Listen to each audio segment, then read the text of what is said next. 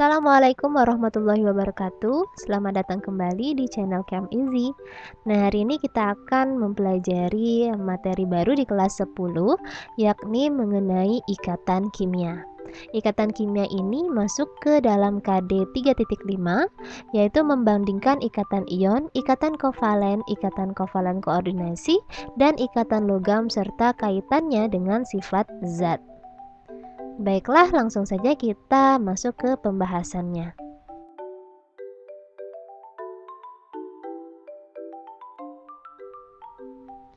Oke, sebelum kita membahas tentang apa itu ikatan kimia dan apa gunanya, nah kita harus tahu dulu ya kestabilan dari atom unsur. Atom dikatakan stabil jika sesuai dengan konfigurasi unsur gas mulia. Oke, gas mulia itu tahu ya, di golongan 8A. Ada helium, neon, argon, kripton, xenon, dan radon. Nah, kalau kita konfigurasikan, didapat elektron valensi dari unsur-unsur gas mulia ini kebanyakan 8 ya. Rata-rata 8 kecuali helium. Helium itu elektron valensinya 2. Nah, ada istilah untuk elektron valensi yang jumlahnya 2 itu disebut dengan duplet, dan untuk elektron valensi 8 itu disebut dengan oktet. Kebanyakan unsur, rata-rata hampir semua unsur itu harus mencapai keadaan oktet ya, 8 elektron valensi, kecuali untuk hidrogen atau H dan si helium. Jadi untuk hidrogen dia tidak perlu oktet, dia hanya perlu duplet mengikuti konfigurasi elektron dari helium. Oke, nah gimana caranya ya? Gimana cara mencapai kestabilan? Ada beberapa cara untuk mencapai kestabilan. Yang pertama adalah dengan cara melepas atau menangkap elektron. Nah, proses ini terjadi biasanya melalui ikatan ion. Oke, nah gimana aturannya? Kapan dia melepas, kapan dia menangkap elektron? Ketika unsur tersebut mempunyai elektron valensi antara 1 sampai 4, maka dia cenderung untuk melepas elektron. Ya, jadi kalau elektron valensinya 1 kan berarti di golongan 1A ya, 2A, 3A, 4A. Nah, itu dia cenderung untuk melepas elektron. Ya, dia elektropositif kan, energi ionisasinya itu lebih kecil. Ya, jadi energi yang dibutuhkan untuk melepas elektron itu juga lebih sedikit. Nah, maka dia cenderung untuk melepas elektron. Logikanya seperti ini. Kalau misalkan oktet itu kan 8. Oke, 8 elektron valensi.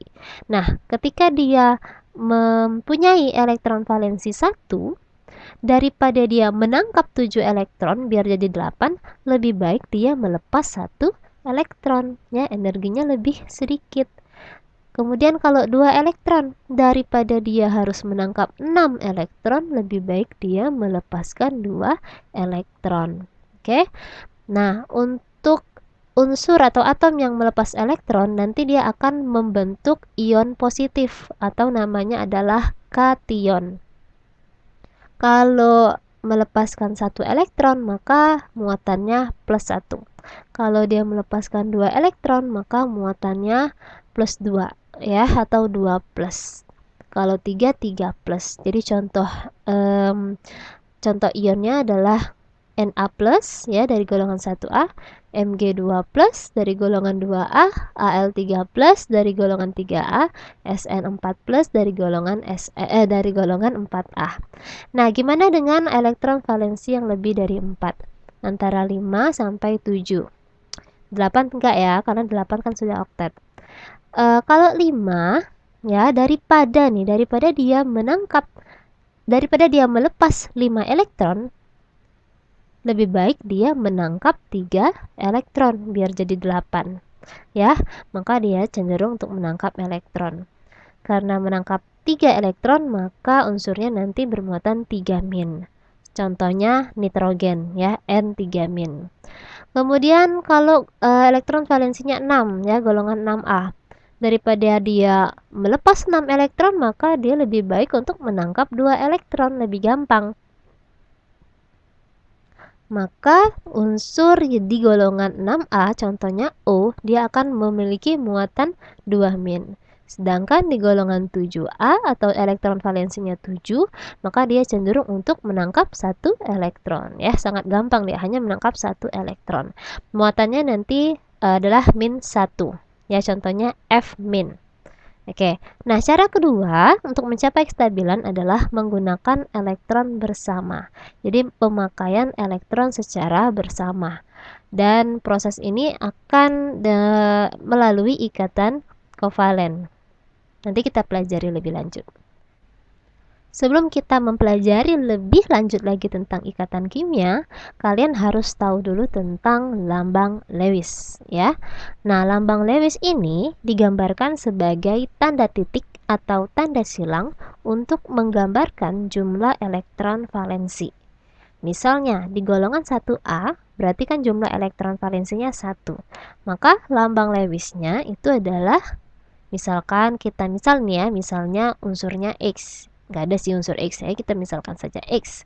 Maka elektron valensinya digambarkan sebagai titik ini. Ya, boleh titik, boleh silang. 1 titik. Karena dia 1. Kalau 2, ya, untuk di golongan 2A berarti kan elektron valensinya 2 nih. Maka kita gambarkan 2 titik. Ya. 3A berarti 3.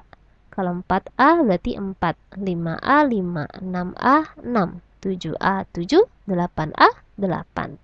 Oke, kita masuk ke ikatan kimia. Di ikatan kimia ini kita belajar tentang ikatan intramolekul. Intra itu artinya dalam. Jadi ikatan kimia di dalam suatu molekul, ya, satu molekul. Nah, ikatan kimia intramolekul ini dibagi menjadi 3 macam, yaitu ikatan ion, ikatan kovalen, dan ikatan logam. Nah, ikatan kovalen ini juga beberapa jenis. Ada ikatan kovalen tunggal, ada ikatan kovalen rangkap, ya, rangkap 2 dan rangkap 3, dan ikatan kovalen koordinasi. Kita bahas dulu ikatan ion. Ikatan ion ini, ya, adalah ikatan yang terbentuk karena adanya serah terima elektron. Maksud serah terima elektron ini adalah ada unsur yang memberikan elektron, artinya melepaskan elektron, dan ada unsur lain yang menerima elektron, ya. Jadi ada atom yang melepas elektron, ada atom yang menerima elektron. Maka ketika mereka bergabung, terjadilah suatu ikatan ion. Nah, ikatan ion ini terjadi antara unsur logam dengan unsur non-logam. Jadi harus diingat ya, perbedaan dari ikatan-ikatan si ion sama kovalen terutama. Jadi kalau ikatan ion itu terjadi antara logam dengan non-logam. Kemudian contohnya ya, contoh senyawa ionik. Ini harus logam dengan non-logam ya. Jadi misalnya NaCl. Na itu logam, Cl itu non-logam. Ada contoh yang lain KBr ya, kalium. Kalium itu logam, bromin itu non-logam. Al2O3 aluminium logam, oksigen non-logam. MgCl2 magnesium logam, klorin itu non-logam. BeFe2 Be-nya logam, fluorinnya non-logam. BaS Ba atau barium itu logam, S sulfur itu atau belerang ya, non-logam. LiO Li-nya logam, oksigennya itu non-logam. K2O kaliumnya logam, oksigennya non-logam ya. Jadi seperti itu, logam ketemu dengan non-logam. Oke, mungkin kalian bertanya-tanya bagaimana cara menentukan yang mana yang logam dan yang mana yang non-logam. Kita ingat tabel periodik unsur. Oke, nah ini tabel periodik unsur. Jadi yang dikatakan logam, ya, yang dikatakan logam itu adalah golongan 1A kecuali hidrogen. Jadi hidrogen ini wujudnya gas ya, jadi dia non logam. Ingat ya, hidrogen non logam. Tapi dari Li ke Fr dia masuk ke logam. Namanya adalah alkali metal atau logam alkali. Kemudian golongan 2A itu juga logam ya, logam alkali tanah. Ya, dari Be, Mg, Ca, Sr, Ba, Ra dia logam alkali tanah. Jadi 1A, 2A itu logam.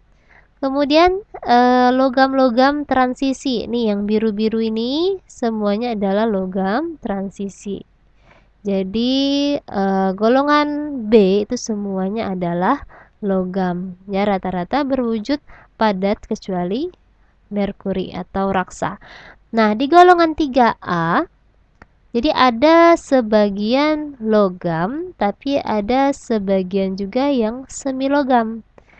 Jadi ada Al, aluminium, gallium, indium, thallium itu logam, tetapi boron dia termasuk semi logam. Ya, bahkan dia lebih cenderung ke non logam biasanya. Kemudian di golongan 4A, nah di golongan 4A yang logam yang ungu-ungu ini ya, si SN atau timah dengan PB atau timbal. Jadi cuma itu yang logam. Ini juga sih, tapi ini jarang dipakai ya karena baru ditemukan. Kemudian yang mana yang non logam?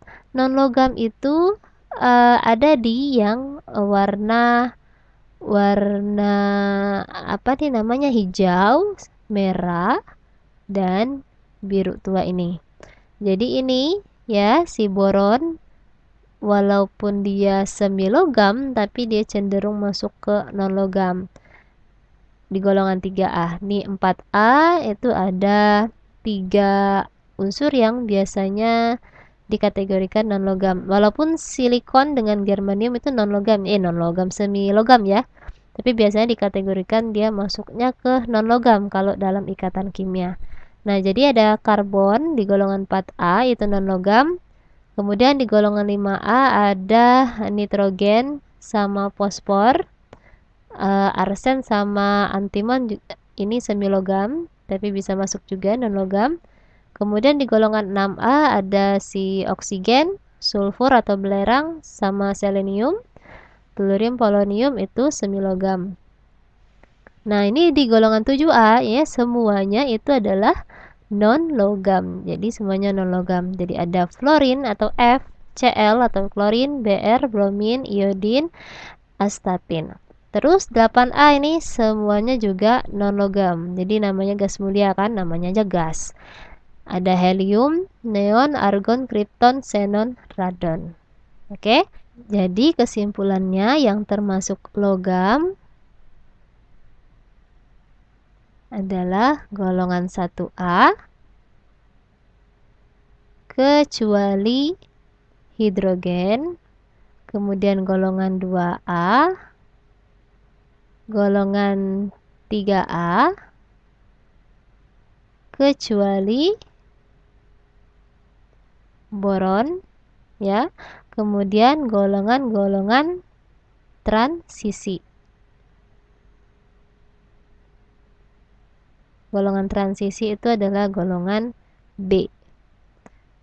Dan yang termasuk non logam golongan 4A sampai 8A umumnya ya. Dan hidrogen, jangan lupa hidrogen termasuk non logam. Nah, sekarang kita contohkan bagaimana proses pembentukan dari ikatan ion.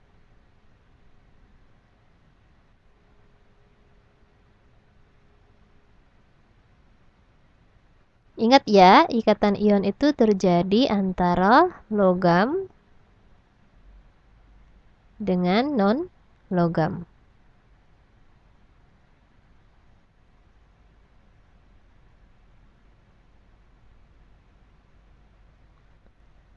Oke, contohnya tadi kita ambil si NaCl. Ini contoh yang pertama ya.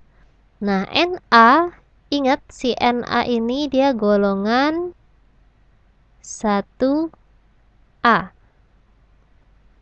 Kalau golongan 1A, maka dia melepaskan 1 elektron. Ya, karena elektron valensinya 1.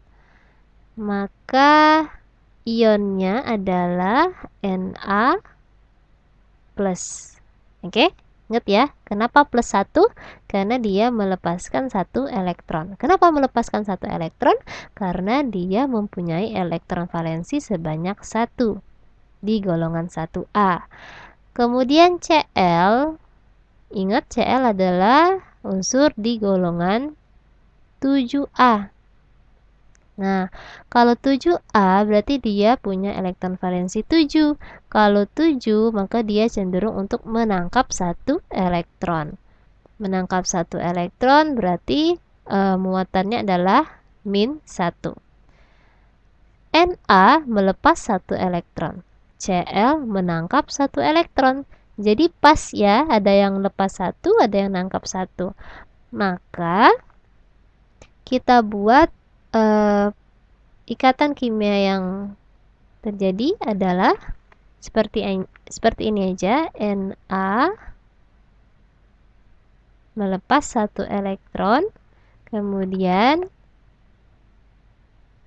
Cl menangkap satu elektron.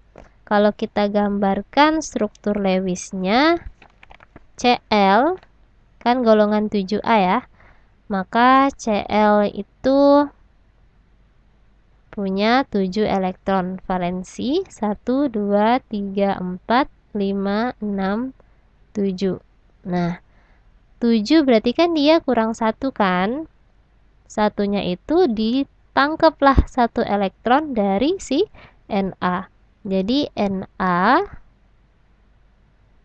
dia punya satu elektron tadi. Oke, ketemulah dengan Cl. Maka Na yang punya satu elektron ini dia akan melepaskan dan ditangkap oleh Cl. Maka Cl nanti dia akan menangkap elektron dari Na. Kita buat saja seperti ini. Nah, jadi Cl-nya nanti oktet ya, maka dia stabil. Terbentuklah NaCl.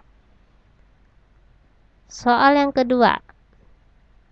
Misalnya kita buat BeF2. Nah, gimana pembentukan dari ikatan ionnya? Be, kita ingat ya, Be itu golongan 2A. Maka kalau 2A berarti dia cenderung untuk melepaskan 2 elektron, jadi Be2+. Kemudian F itu di golongan 7A. Maka dia cenderung untuk menangkap satu elektron. Nah, lihat nih. Be itu melepas 2 elektron. Sedangkan F itu menangkap satu elektron. Berarti ini tidak sinkron ya, tidak balance. Ada yang lepas 2 dan ada yang cuma sanggup menangkap 1. Biar dia bisa menangkap 2 elektron yang dilepaskan oleh Be, maka F-nya itu perlu 2 buah ya, perlu 2 buah F. Maka di sini F-nya sebanyak 2 ya. Jadi Be dia akan melepaskan 2 elektron, dia akan ditangkap oleh 2 buah atom F. Nah, kayak gini dianya ya, ikatan ion yang terbentuk. Jadi F-nya kita tulis 2 kali. Satu nangkap 1, satunya lagi nangkap 1. Jadi kan pas. Ini nangkap 1, ini nangkap 1, totalnya jadi 2.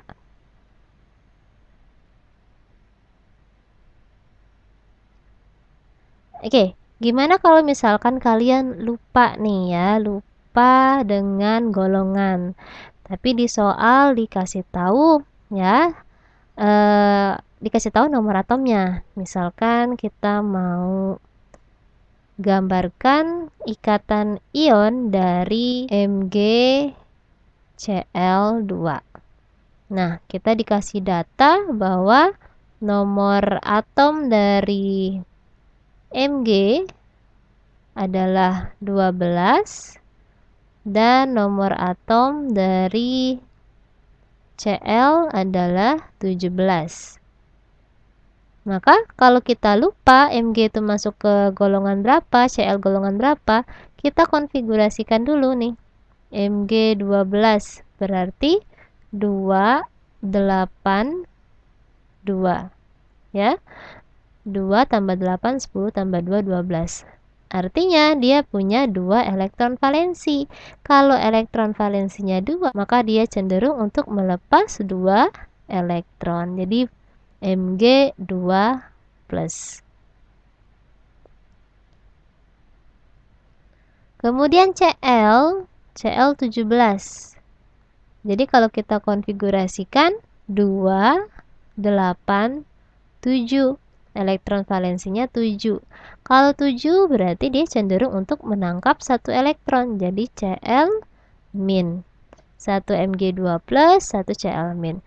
1 melepas 2, satunya menangkap 1. Maka biar balance, kita kali silang, satunya dikali 2 ya. Jadi kan perlu 2 kan, biar dia menangkap 2. Jadi kalau kita gambarkan, Mg melepaskan 2 elektron, ditangkaplah oleh 2 buah Cl min. Nah, seperti itu.